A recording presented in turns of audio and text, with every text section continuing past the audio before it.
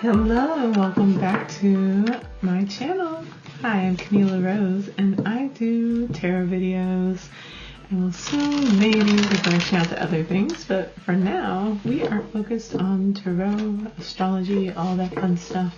And today we're going to be doing the, if I can get these cards to mix up, we are going to be doing the Winter Solstice 2023 readings for the sign of Pisces. All right, Pisces, so your 2024 readings just went live.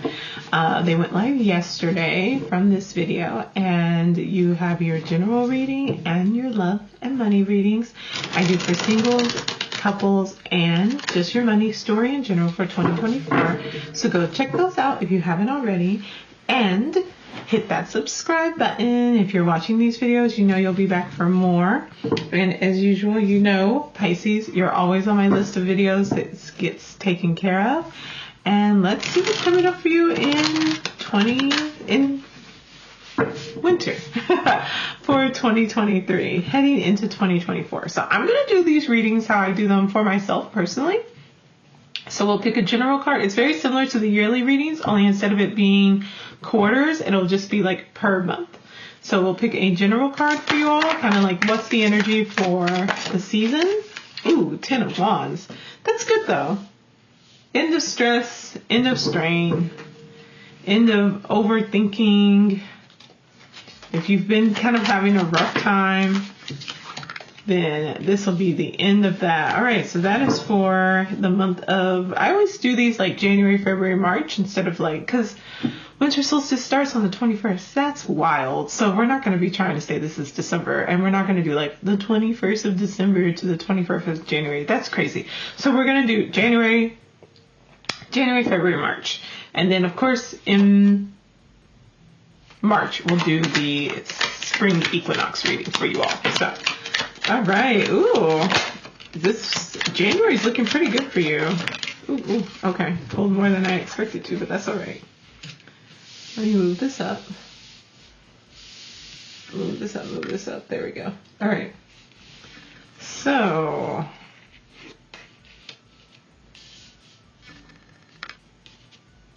let me move this over. Very good. Okay. So in January of 2024 is when this will be happening.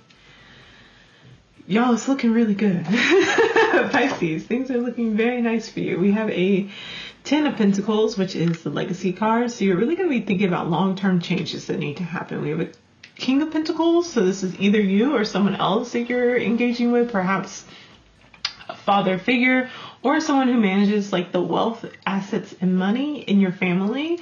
They may be coming up and be playing a very prominent role. This may be you shifting into this space, or maybe this person is recognizing your value, what you contribute.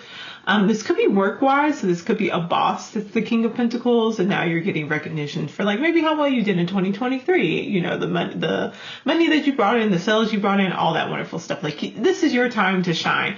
And this is going to really help you with achieving some balance that maybe you've been missing. We have the High Priestess here, but it also may be that, you know, you get this recognition, you see this progress in this process, and you've been kind of worn out. Maybe you've been working really hard to establish this foundation, and you may be feeling a little worn out and kind of going back to the basics and trying to say, like, how do I get my fire back? And going within to figure out what that looks like. What does February look like? Oh, okay. February, we have the moon, so some secrets coming out, maybe some information that you weren't privy to becomes present for you. We have the 10 of Cups, we have the 3 of Pentacles, and we have the 4 of Wands. All right, so when I look at the moon card, but then I look at these cards that are underneath, we're really looking at perhaps what your instincts and even maybe the mother, like the impact of the mother or you as a mother, how that's impacting your role in the family and what happiness means for you. In February, you'll be really like, you've got really good cards. You've got a 10 of Pentacles in January. You've got a 10 of Cups in February. Like, it's really giving that like there's a lot of happiness and joy that's coming from this. You may need to be stepping into a leadership or a mentoring role. So perhaps you are helping some of the children in your family, you're helping others that are, around in your neighborhood. And there's a lot of stability that's coming from into your life. There's a lot of just joy and happiness that you're experiencing right now. And maybe that is what was missing. Maybe that was the fire that was missing, was the nurturing the moon. We have the sun over here, but we have the moon over here. Maybe this nurturing and allowing this more creative, supportive energy for your family and the people you love to be expressed was what was missing in all of this work, because this is all very pentacles. This is all very, more financially based. And then this one's much more community, family based. And perhaps that was the shadow or the unknown, the missing information that needed to come to light, or that you need to put more time and effort into. Let's see what's going on in March.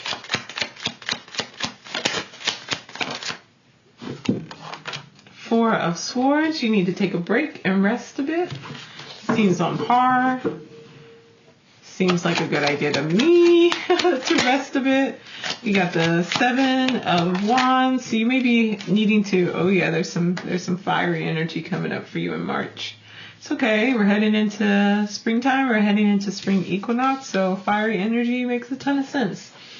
We have the Seven of Wands, so you may be needing to defend your stance about how you've gone about creating your legacy, how you've gone about bringing happiness, joy, and stability into your family.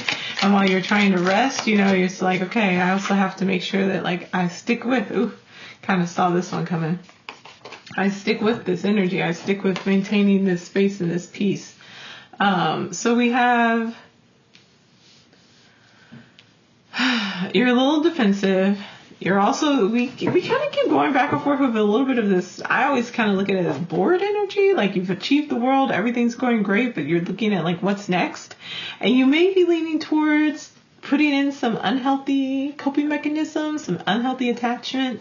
I really say take your time in March. Just really slow down and allow yourself to slow down, to have discussions that need to be happening, to put energy and time into the creative endeavors that you have, to channel this energy as a more positive way would be to be putting that fire towards an object, channeling this, maybe,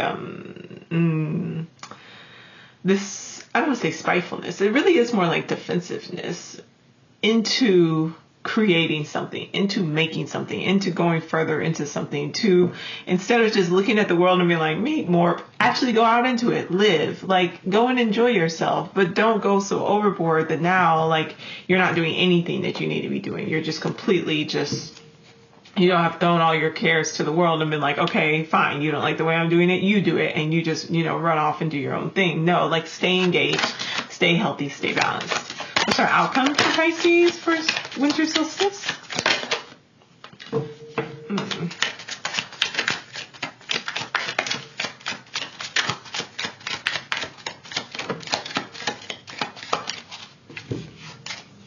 Oh, death. Okay, change. A decision that needs to be made related to change. I think the Fool's supposed to be right side up. I think I flipped it over. You need to take a leap of faith. And last one, King of Wands. Okay. So yeah, it seems like where you're heading with this, which kind of makes sense when you look at kind of the apathy that's coming up in the 3rd in March, heading into the end of the season, that there's a change that needs to happen. There was already a change that needed to happen. It started in January when you started feeling this oh, this is really great. I'm really happy. Yes, I'm getting recognition. Yes, I'm building a legacy. I'm building a life that I really love. Yes, my family life, everything's going great, but there's still some little stuff coming up there, especially unconscious desires or unconscious things coming to light. And then you're like, all right, well, I need to rest. But then there's this push and pull between all right, well, like I said, you don't like the way I'm doing things. You don't like the way I've gone about things. You do it yourself. Okay, I need to get out of the house. I need to go maybe take a vacation. All right, let me not lean into unhealthy. And it's this underlying current of there's something that needs to shift. With a lot of tens also, it's saying that there's things that have come to like the completion of where that energy is going. There's something that needs to change. You have a decision that you need to make about how to go about this change, taking a leap of faith towards something that, you know, maybe it's taking a new position, but it's also something that's actually going to feed into this fire that you've been needing, direct this fire that's been coming up for you. And perhaps it is like maybe you've taken a step back in February and in March, and you need to step up now and kind of get back into that role of being a leader, directing your life, being more involved in things instead of like pulling back. But it could also be that, you know, you just take a new creative venture. You just completely get out of this space and just take a new different route that allows for you to really like tap into this creativity instead of being so, I would say instead of being so concerned with whether this is going to be monetarily successful and whether this will contribute to your long-term goals, you're really more focused on bringing excitement and power back to your life, bringing that joy back to your life, getting into this space where you're like, yes, I am doing what I should be doing for me. But in a way where it's like, we do know with the King of Wands, it's often taking a leadership position, but it's reluctant. You'd rather be more free. You'd rather be more out and about, but you understand that in order to kind of like stabilize things and keep things the way they are, be successful, to be the King of Wands, you have to take over this position. You have to step up. And so this is kind of like, all right, I need to make the decision. I'm going to take this leap of faith. I'm going to step up, whether that is moving into a more like creative, and we can get it. Let's get a clarifier for the King of Wands.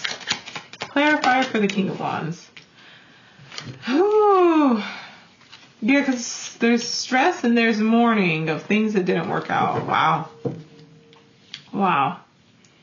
Where is that coming from? You had such great, we do have this like underlying thing, but like, where is that coming from? Queen of Pentacles. Yeah, I think it's just that taking on all these responsibilities and really showing up so much, it's kind of worn you down.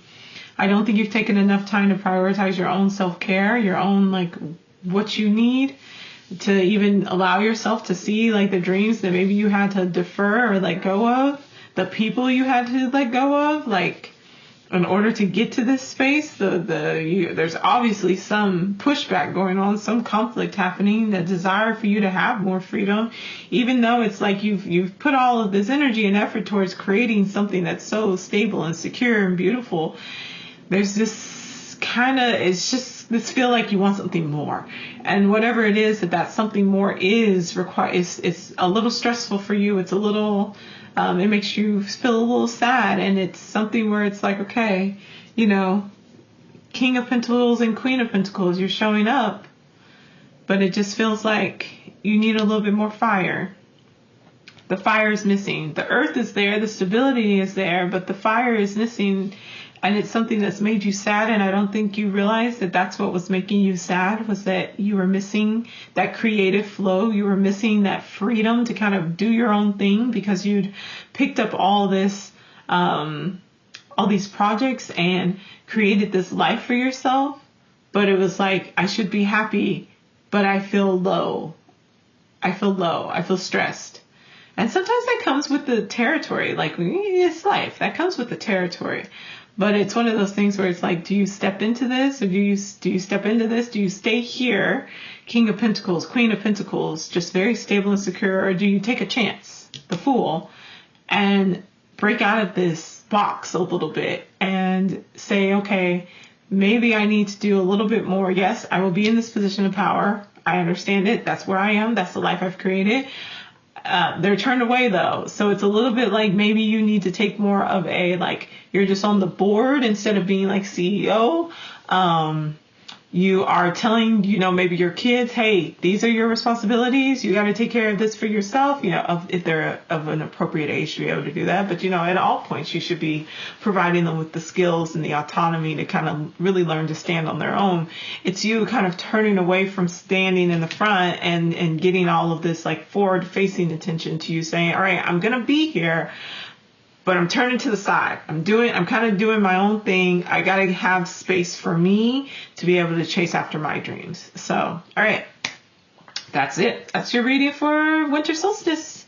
Pisces, again, hit that subscribe button. Let me know what you're looking forward to for the next season. Winter solstice is always a great time to do shadow work, but if you're, I caution for folks who may have, the winter blues, depression, things like that. It can be difficult to do shadow work intentionally, to choose to do shadow work in the wintertime because it's already very cold, very dark, all those things.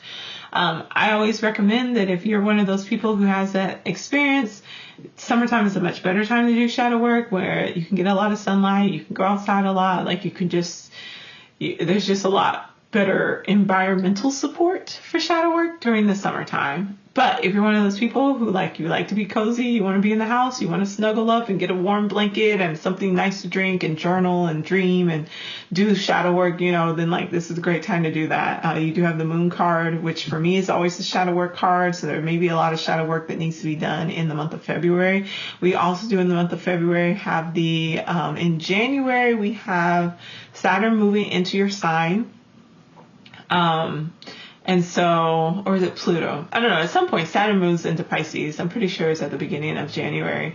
And I think Pluto moves into Aquarius. There's a lot of energy that's going along astrologically that is going to be impacting your well-being.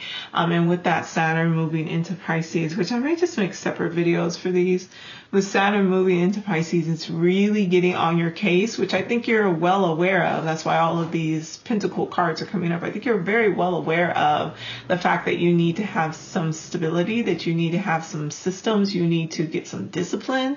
And not to say that you don't have it, but that it just feels much more prominent and present for you than what it might have felt like before. And so with that, you are, I'll do a full breakdown in your January reading. Maybe, I don't know, maybe I'll make them separate, but you're really feeling that pull to say that okay, we have to act like Saturn is here. We have to act like time exists and that it serves a purpose. And while we like to be, in the stars and in the sky and just kind of doing our own thing and saying, time doesn't exist. It's a concept, dependent upon your dimension and all that other stuff. Saturn is no. Saturn is no. Time is real. You need to make a plan. You need to be more consistent. You need to think about your legacy and what you're doing long term. And you need to get out of this fantasy world. Wake up, and come back to us. And the High Priestess is I have to balance these things. I need to balance the reality of, yes, I have to exist in this world that has systems and policies and programs and ways of doing things. And I also have to exist in my world where there is just all this possibility. Anything can happen, the moon card, and I have to balance these two energies out.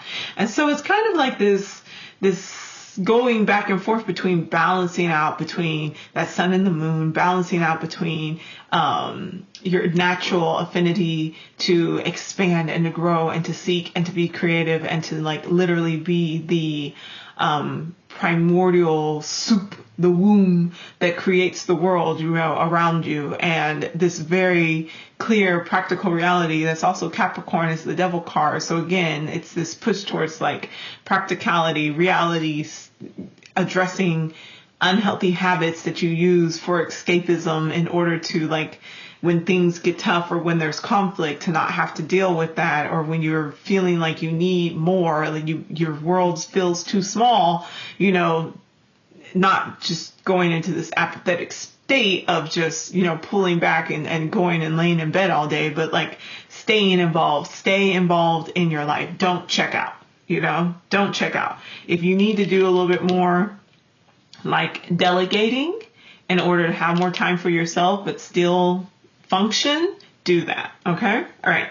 That's going to be it for you, Pisces. I'll see y'all in a couple of days for I think it's January videos that'll be coming up after this. So, all right. See y'all later. Bye.